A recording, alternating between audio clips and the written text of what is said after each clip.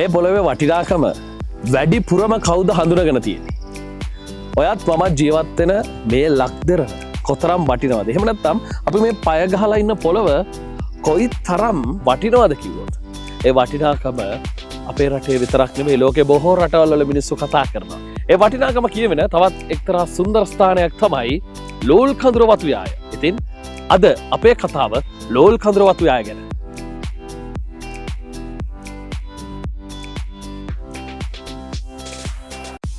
මේ සුන්දර ලෝල් කඳුර වතුයාය පිහිටලා තියෙන්නේ මහනුවර ඉඳන් කිලෝමීටර් 42ක දුරින් ඒවා හැට දෙල්තොට ප්‍රදේශයේ.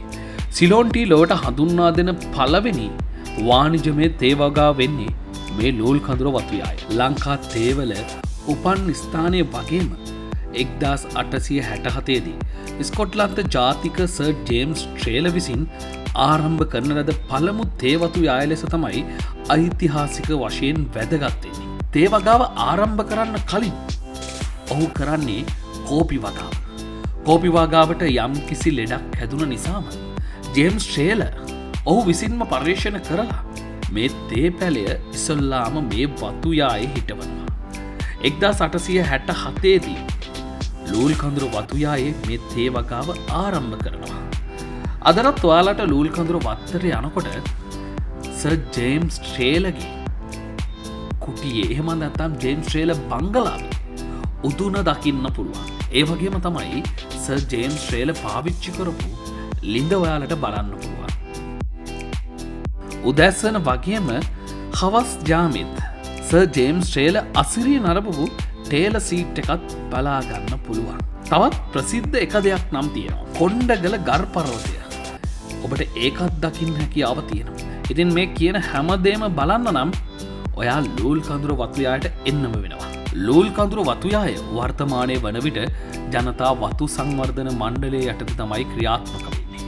වතු අධිකාරිවරයා වගේම සහකාර වතු අධිකාරිවරුන් ඒ වගේම ඉහළ නිලධාරීන් වගේම ආදරණීය සේවකයන් අදටත් ලෝල් කඳුර වත්ත ඇස් දෙක වගේ පරිස්සම් කරගන්නවා.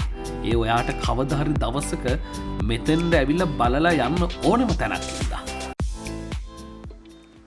ඔයාව දැන් එක්කන් යන්නේ ඉතිහාසගත වෙන බංගලෝ එකට. එහෙම නැත්නම් ඉතිහාසයේ ඉඳන්ම මේ වතුයායේ වතු අධිකාරිවරුන් ජීවත් වුණු බංගලාව තමයි වෙන්න මේක. කොහොමද පෙනුම?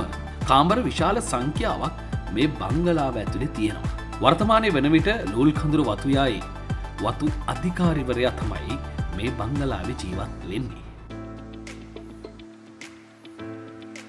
ඔයා මේ දකින බංගලාව 1922 දී තමයි නිර්මාණය වෙන්නේ. මොකද හිතන්න කොච්චර ඉතිහාසයක් නම් මේ බංගලාවට තියෙනවද? ඒ කාලේ ඉඳන්ම ලෝල් කඳුර වතුයායේ වතු අධිකාරිවරුන් සඳහා තමයි මේ බංගලාව නිර්මාණය වෙලා තියෙන්නේ. අදටත් මේ බංගලාව ඕනෑම කෙනෙකුට සුව පහසුවේ ජීවත් වෙන්න පුළුවන් තරමටම ශක්තිමත්ව ආරක්ෂිතව තියෙනවා. කොහොමද නිර්මාණය? ඔයා ලූල් කඳුරට ආවොත් මේ බංගලාව බලලා යන්න අමතක කරන්නත් එපා.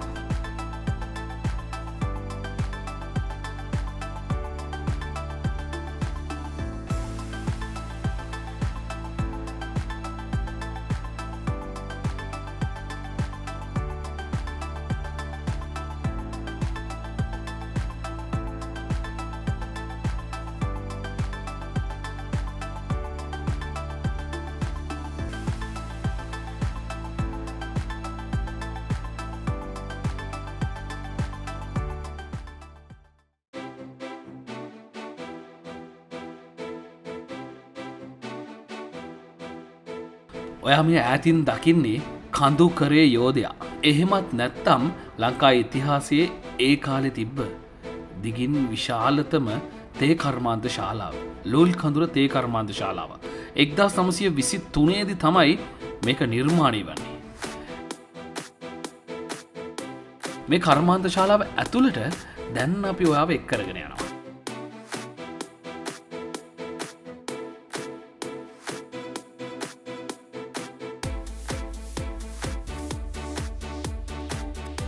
මීට බොහෝ කාලෙකට ඉහතදී මේ කර්මාන්ත ශාලාව කාලයක් නැවතිලා තිබේ. වර්තමාන නායකත්වය. එහෙමත් නැත්තම් ජනතා වතු සංවර්ධන මණ්ඩලේ ගරු සභාපතිතුමා වගේම ඒ ඉහළ කළමනාකාරිත්වය මැදිහත් වෙලා ලෝල් කඳුර තේ කර්මාන්ත ශාලාවට නැවත පණ දෙනවා.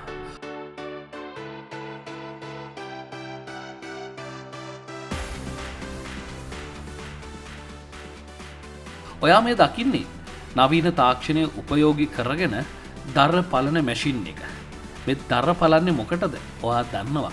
ඒ තේ දළු වේලන්න. නමුත් තේ දල්ල මේ කර්මාන්ත ශාලාවට ආවට පස්සේ ක්‍රමයෙන් පියවරෙන් පියවර මේ තේ දල්ල අපි බොන තේ එකට එන්නේ කොහොමද කියලා තමයි ඔයා දකින්නේ. මේ යන්ත්‍ර සූත්‍රවලට නවීන තාක්ෂණය උපයෝගී කරගෙන තියෙනවා.